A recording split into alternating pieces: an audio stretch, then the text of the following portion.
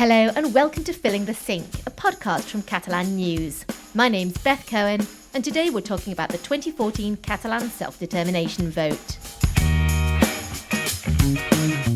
The 9th of November marks the 10th anniversary of this historic event in Catalan politics. And to mark the occasion, we'll be looking at the independence push over the last 10 years and exploring the current situation in Catalonia.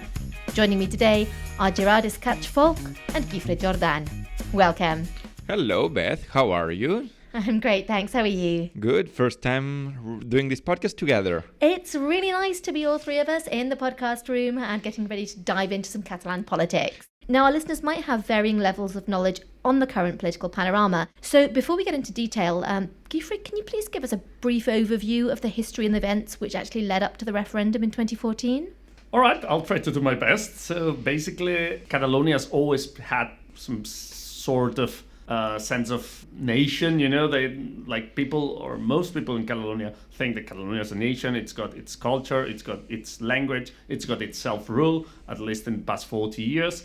And, a few years after the change of century, in the late 2000s, there was like a very long political process to get like a boost in self-rule. Mm-hmm. There was a law called Statute of Autonomy, and this granted more self-rule to Catalonia. Even Madrid accepted that, but the Spanish Constitutional Court said partly no to this enhancement of self-rule, and people got very angry at it. It was amidst of the economic crisis as well, so it was a bit of a turmoil, a lot of problems with commuter trains, which is like a decades-long problem here in Catalonia. So a lot of people started to change their mindset and say, hold on, we are in Spain, but maybe we could become independent, and like some kind of social process and social organizations started to work for this aim before politicians, I'd say. In fact, there was the 2009 vote, or like the non-binding vote in Arenys de Munt, here north of Barcelona, which was kind of a trigger point early before the Constitutional Court ruling even ruled on the Statute of Autonomy here in Catalonia, but they were deciding whether if Catalonia should still be part of Spain or if it should be an independent country in the European Union. And at the moment it was very, very narrow, not very popular. In fact, only 23 out of the 135 MPs in the Catalan parliament were in favor of the Catalan independence. Yeah. So, yeah. That was like a social small movement at the beginning, let's make popular referendums or let's make some community non-binding votes because it was not organized by the government or anything like that, But this started to be, slowly started to gain support. In fact, like a snowball, a lot of small municipalities started to hold this kind of votes, mini unofficial votes on independence. So this was like a talking point more and more and more. And the moment of the big surprise, we could say, was back in Barcelona in 2011. So the 2014 self-determination referendum wasn't the first time that it happened in Catalonia. So there are sort of two precedents that happened in 2009 and 2011 respectively. Yeah, but at a nationwide sense, it was the first. So there were like local votes, in several municipalities or in several towns. I think there were like big days where a lot of municipalities voted at the same time and so on in 2011 and so on. But there was not like a nationwide vote organized by the government, because the 2014 referendum or vote, we can say, was non-binding as well. But unlike the rest, the ones that had happened before, that was organized and boosted by the government of Catalonia. And this was after the 2010 to 2012 change of mindset of people, of a lot of people. And this saw the pro-independence movement surge from 20% to 50%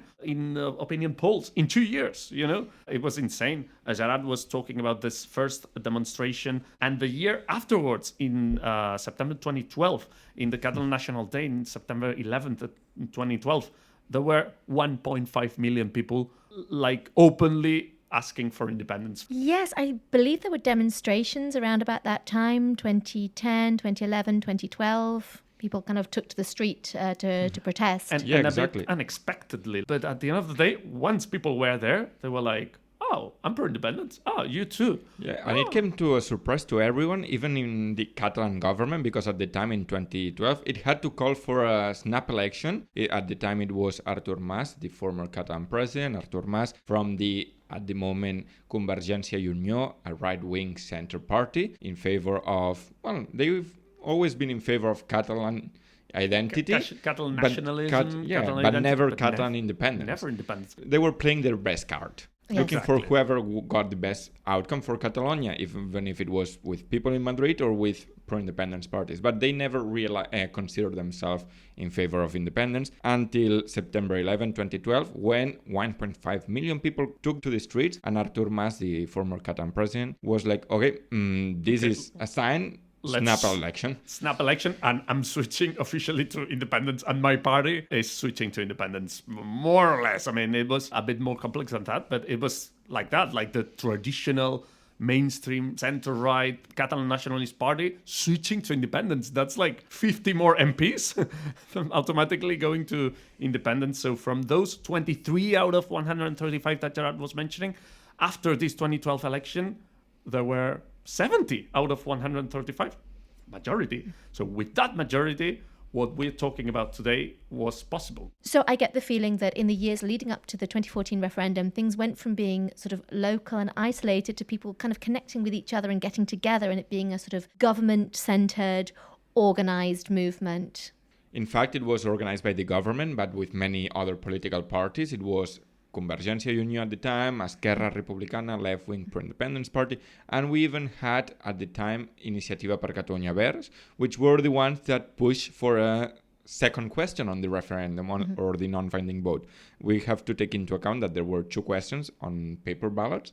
The first one was, do you want Catalonia to be a state? And the second one that was introduced because some of the political parties that agreed on holding the non-binding vote were against independence. So they added a second question saying, if so, do you want this state to be independent? So maybe some listeners will say, well, hold on, but can I be a state without being independent? Yes, with a federation, like Germany, for instance. So some people were like, yeah, I want to be a state, but within Spain, within a federation of states in Spain kind of thing, which you need the rest of Spain to agree on that, but whatever.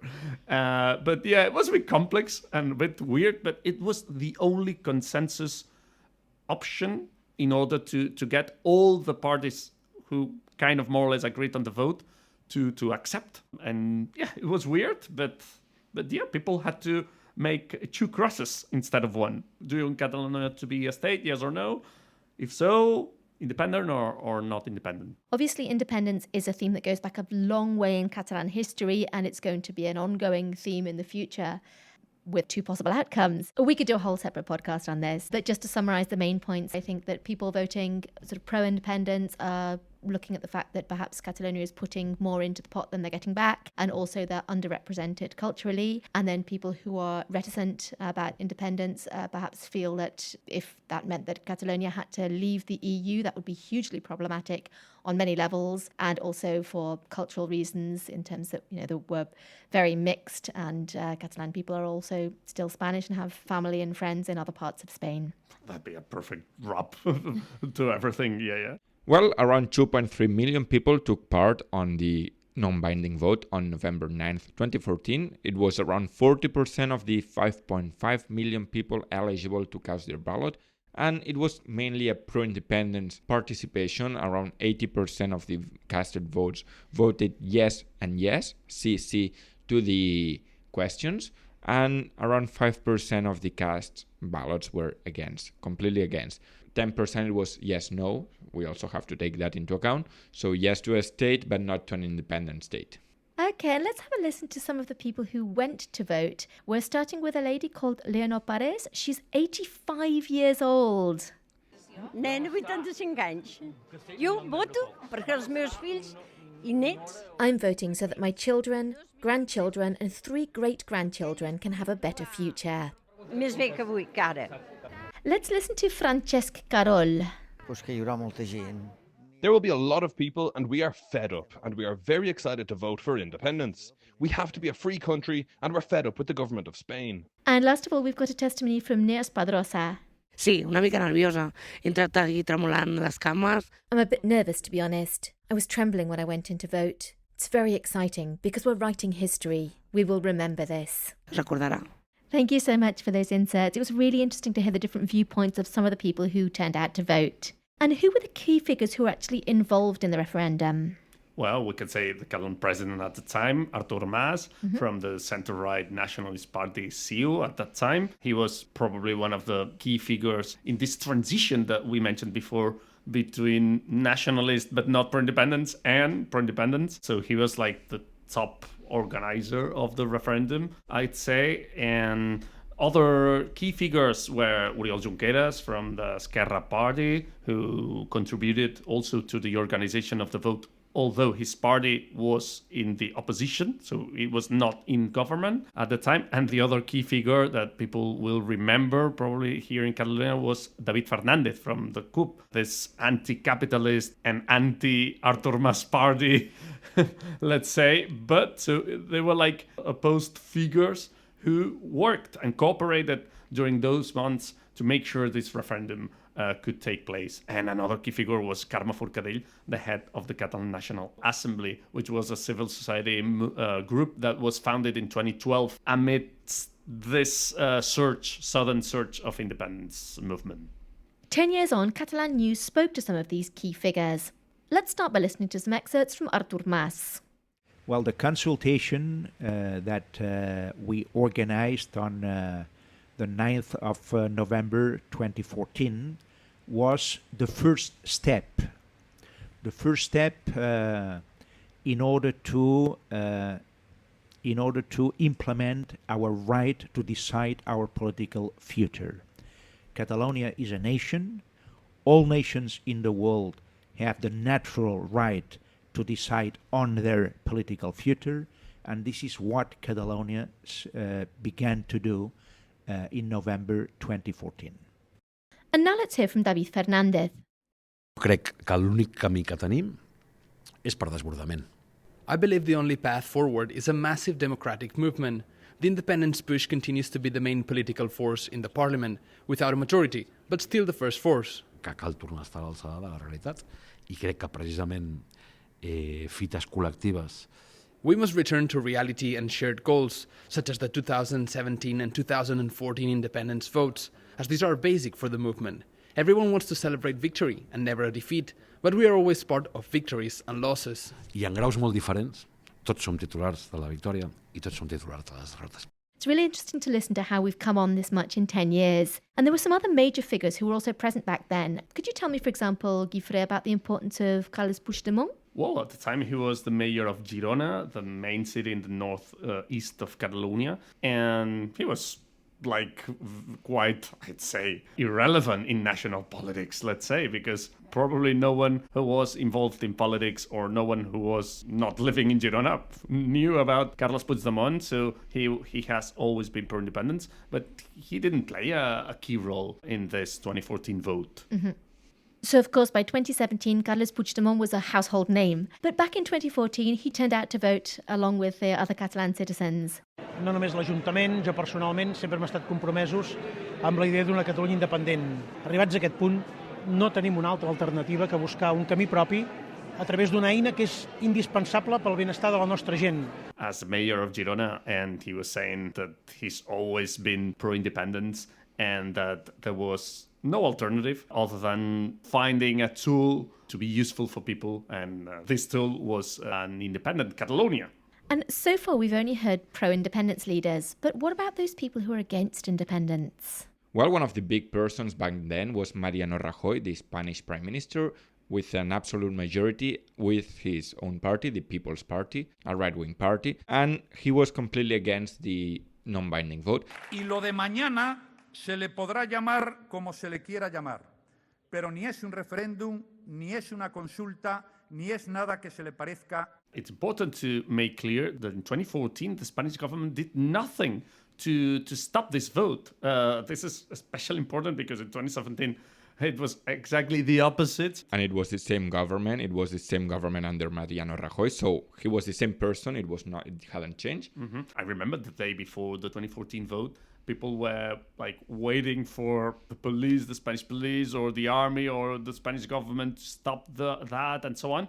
They did nothing at all. So their approach was like, okay, well, this is not non-binding. This is not going to be recognized by any country in the EU or in the world. So let's just leave it. But 3 years later, the opposite happened. So the Spanish government was like, no, they are now saying that this is binding and then that they will go independent if yes prevails in this vote. So we are going to stop it. So they sent thousands of police officers in order to shut all the polling stations. So just to recap there, Guifré, in 2014, the Spanish government kind of ignored Catalonia because they thought, right, it's illegal, it has no weight for us, so we're not going to worry about it. We're just going to ignore them and let them get on with it, but just take no notice of them. And then when it happened again in 2017, they were like, oh, actually, we should do something. And then they sent sort of reinforcements and declared it illegal and tried to stop it. Exactly.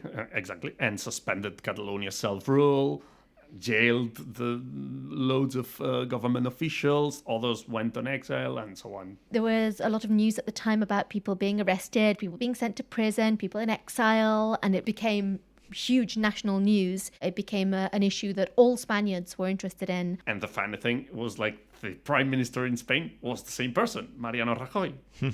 Yeah, exactly. And Mariano Rajoy, even though in 2017 acted against the referendum and tried to avoid it or like for it to take place, in 2014, as Guifré was saying, everything was a little bit more calm. They let it happen. And in fact, Pedro Sánchez, who people would say, the Spanish prime minister, yes, at the moment he's the socialist prime minister, and back then he was just the socialist leader. 10 years ago, Pedro Sánchez said, desde el Partido Socialista Obrero Español respetamos la movilización que se produjo ayer, día 9 de noviembre, por parte de más de 1,5 millones, casi 2 millones de personas en Cataluña. We respect the group of people, or like the over 2 million people in Catalonia that went to vote, but we also respect those Catalans who did not go to the ballots, as they also need to be taken into account. So respecting both those who voted and those who didn't. And what issues surrounded the referendum, and why was it so controversial? Well, first of all, it was not accepted by Spain. We are saying now that it was tolerated, but it was not accepted. So they said it was not a vote. We just heard Mariano Rajoy. And also the Catalan government couldn't kind of officially organize it because it could be a crime. So they built like a network of volunteers. Tens of thousands of people volunteered in order to organize that referendum or that vote. So the normal polling stations couldn't be open for that because it was not a standard vote. Also, another issue we could say is like people who were against independence didn't turn out. You know, that was an easy way to boycott the vote and to see Holland 80% in favor of independence. That's weird. So that was an issue that made the vote less binding or less powerful. Of course, because the people who felt strongly and passionately about independence turned out to vote, and the people who didn't just sort of let it go. They didn't recognize it as a standard vote. Yeah, they said it's non-binding. It's a pantomime or like a mock-up thing that pro-independence people organize for themselves, so we do not support it. And as we said before, only 5% of those who cast their ballot said no to the referendum. So perhaps the results of the voting don't really reflect the general Catalan opinion. It reflects the opinion of the people who feel passionately about independence, but not of the general public. Yeah, let's remember it was only 40% of the turnout, so that's not even like half of the population. And another issue we can say was like the Spanish government tolerated the vote, but afterwards there was a legal case open against the top Catalan figures, including Artur. So he faced a trial and he was barred from public office afterwards, but not jailed. So yeah, there were loads of consequences after this vote. And if I remember rightly, 2014 was also important for another referendum. Yeah, but not in Barcelona nor Catalonia. It was a little bit north of Catalonia. It was in Scotland earlier in 2014. In fact, 2 months before, in September. And that was a key moment for Catalan pro-independence people or politicians as well, because they were like trying to see how it go. Because let's remember, back then the United Kingdom government said that they were in favor of the referendum, and they even like promoted or like campaigned for the no, as opposed to here in Catalonia, where there was no campaign for the no, it was only a campaign for the yes. So that was also kind of a big moment for Catalan politicians. In the meantime, Spain has always had like another nation that has wanted, to some extent, more self-rule. Basque Country in 2014, there was no referendum there, but they were looking to Catalonia because the Basque Country had never held such a vote. So yeah, that was a time when the Basque Country was like looking to Catalonia. Sometimes it has been the opposite, like Catalans looking what the Basque Country has been reaching, in terms of self-rule. Yeah, so they feel affinity and they can use the Catalan experience as a reference point in case in the future they were to also hold a referendum. Okay, and so looking to the future, what do you think might happen in the coming years? Who knows, to be fair. Catalan politics changed so fast. In fact, we are talking about just a decade ago, and we had one non-binding referendum, referendum deemed illegal by Spain in 2017. We had people in jail. We had an amnesty at the moment, an amnesty for those independence push-related cases, including those against Catalan independence and those in favor. And we are now, we even had pardon, so people getting out of jail. We now had another election, so to be fair, who knows? And in this election, in this 2024 election, it's been the first election since 2012, if you remember the beginning of this podcast. So this has been the first election since 2012 without a pro-independence majority in parliament, which means that this movement at the minute is like kind of waning a little bit or a bit dormant. It's been like a decade of high tension and loads of intensity. And now, while pro-independence movement is still strong in polls, I think people are a bit exhausted about this yes. topic. But I mean, as Gerard was saying, no one can rule out any sudden change of the situations. We'll see. We'll see what happens. It's been really fascinating to listen to the different perspectives from citizens and politicians alike. And of course, there's a lot of food for thought. Today we've been discussing the 2014 Catalan self-determination vote and analysing how the political situation has evolved over the last 10 years. Thank you so much to Gerard Escaich Folch and Guifré Jordan for joining us and sharing your expertise. Thank you very much. Thanks to you, Beth. Now that's almost all we have time for today, but before we go, Gerard, what's our Catalan phrase of the week? Fer mans y mànigues. Well, it means getting ready to do whatever it takes or whatever is necessary to achieve what you want and to achieve your goal. In this case, back in 2014, it was fer mans y mànigues to be able to hold a vote. That's a really great phrase, Gerard. I'll make sure I use it in future, whether it's to do with independence or otherwise. That's all we have time for today. Thank you so much for listening. Make sure to subscribe to Filling the Sink wherever you get your podcasts if you haven't done so already. Thanks again to Gerard Escaich Folch and Guifré Jordan for joining us. We'll be back again next Saturday with another exciting episode of Filling the Sink. On behalf of all the team here at Catalan News, I'm Beth Cohen, wishing you a great weekend. Fins aviat. Adeu.